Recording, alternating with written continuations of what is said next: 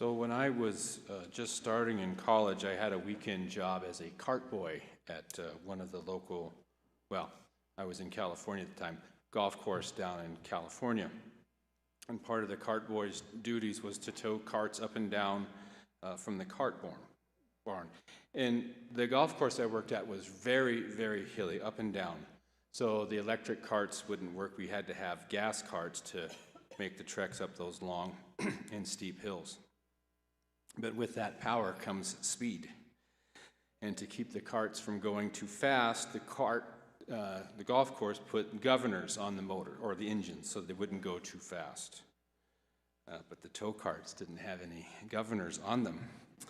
And I would always drive as fast as I could, even when I was parking the carts in the barn.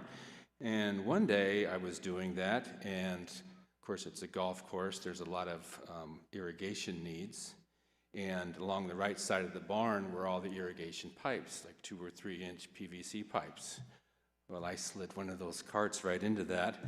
Water everywhere. Went to the course ranger and said, "Hey, there's a leaking pipe in the cart barn."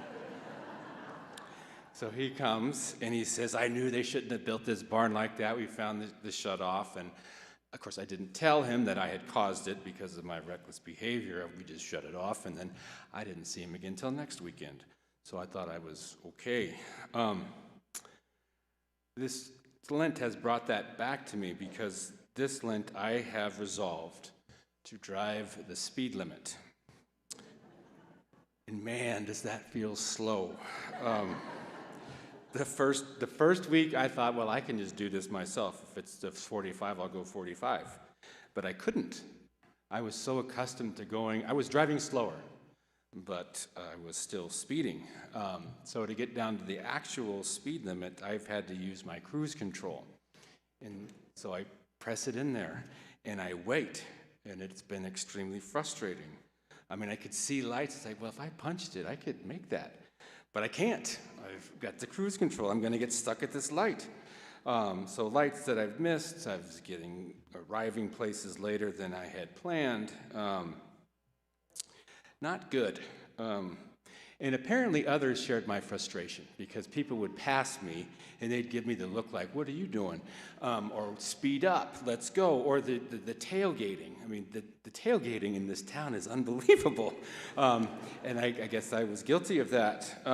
So, I thought, well, maybe this wasn't such a good idea, following the speed limit. But, I mean, how ridiculous is that? I mean, driving the speed limit is a bad idea. Doesn't make any sense. So anyway, the second week I've done that, I began to notice some subtle changes. I mean, people were still a little bit upset. But my gas mileage in my vehicle improved. I'm getting more to the gallon than I used to. I became more comfortable driving slower and was a little bit more peaceful. Kind of got accustomed to not making every yellow light. And I was giving myself a little extra time to get where I was going so that I wouldn't have to drive, 50 miles an hour down Grand to get to where I was supposed to be, on the West End, not in town.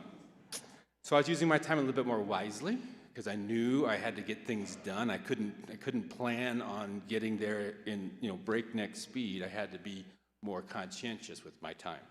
So those benefits started to surface last week. So it started off as me wanting to stop being a naughty driver, turned into something a lot more than obeying the speed limit. Following the rules of the road was not only the right thing to do, but it improved my time management, my state of mind, and of course my safety and the safety of others. But I needed that cruise control function, a governor, if you will, to help me to do that. So our first reading can be thought of maybe in those terms. So that first reading talks about, of course, the 10 Commandments. And I think sometimes the 10 Commandments get somewhat of a bad rap. I mean, thou shalt this and thou shalt not that. Just a bunch of rules that nobody really follows. But rules that our reading today tell us are delivered by God himself. God, the creator of the universe and all it contains, and of course the God that had created each of us. It's from God that we receive these 10 commandments. And of course God is, as we know, the very embodiment of love, so they were given with nothing other than his love. So God makes that love known at the outset of our reading, and that he is a God who cares for us and will intervene for us, who wants us to live in freedom. Because that reading begins, I, the Lord, am your God, who brought you out of the land of Egypt, that place of slavery. In the commandments, God again leads us out of slavery, but not necessarily to the Egyptians, but rather to the slavery to sin. Not following those commandments would be even dumber than questioning whether following the speed limit was a good idea. Of course it's a good idea to follow the commandments. They're God's commandments, his message to us. But living that way, living the commandments, may be thought of driving the speed limit. We are no longer keeping pace with society, perhaps, when we live with the commandments, running from this activity to the next at dangerous speed and perhaps paying too little attention to what is in front of us. Maybe that means missing a ball game to attend Mass, or maybe it means being truthful when you can avoid some negative consequences by being deceitful, like not telling the course ranger that you busted the pipe.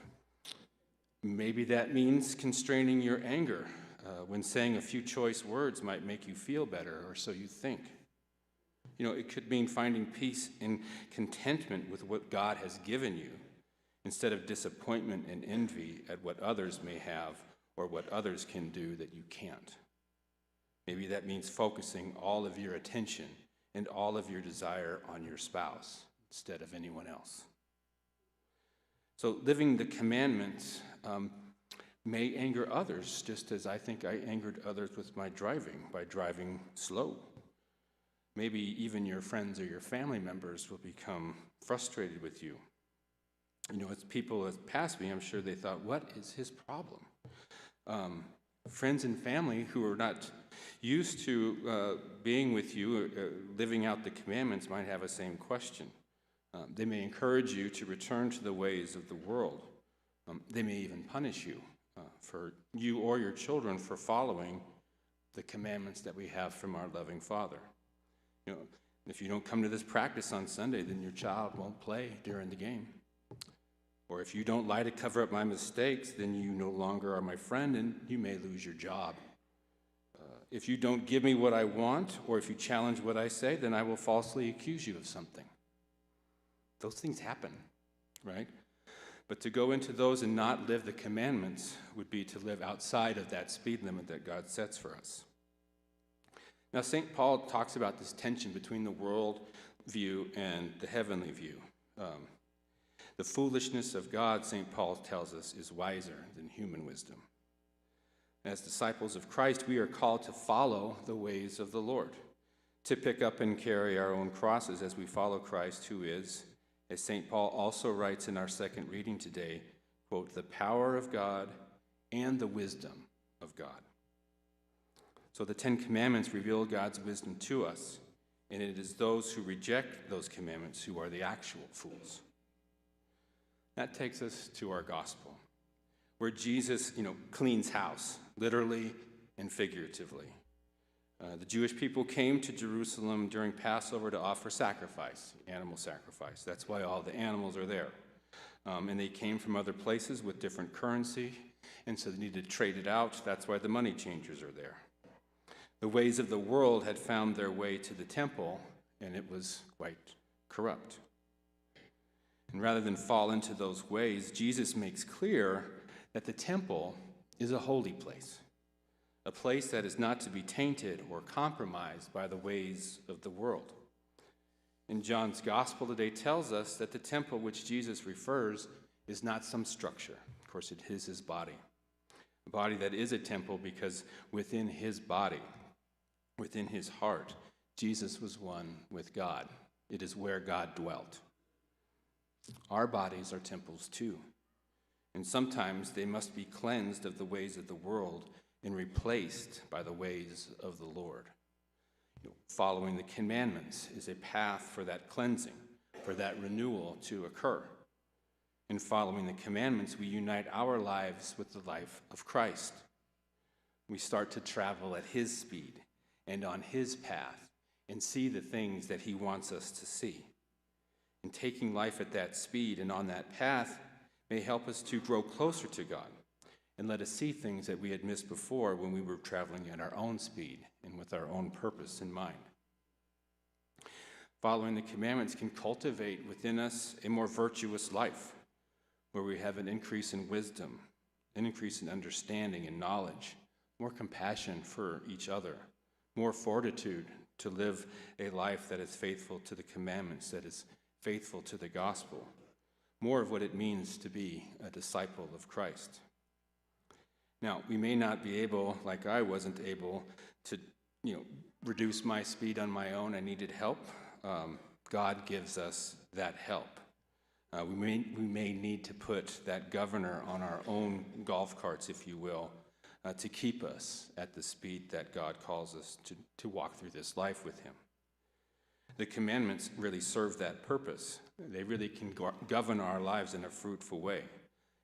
We can improve our own mileage, right? We may travel further down the path of faith if we travel at God's speed. We may be less distracted by the things of the world and enthralled by the gifts of the Spirit. We may become the people that God calls us to be in our families, in this parish, in our community, and in this world. But just like the golf cart governors, we can take them off, right? They're optional. For the governor to work, we have to submit to its role. But if we choose to put a governor on our lives, it's not saying that we are helpless, but that we are disciplined as Christ was disciplined to follow in the ways of the Lord. So as we continue through this season of Lent, when we change the speeds of our lives a little bit to make room for more prayer, more fasting, and more almsgiving, let us take a look at our own lives and determine who is our governor.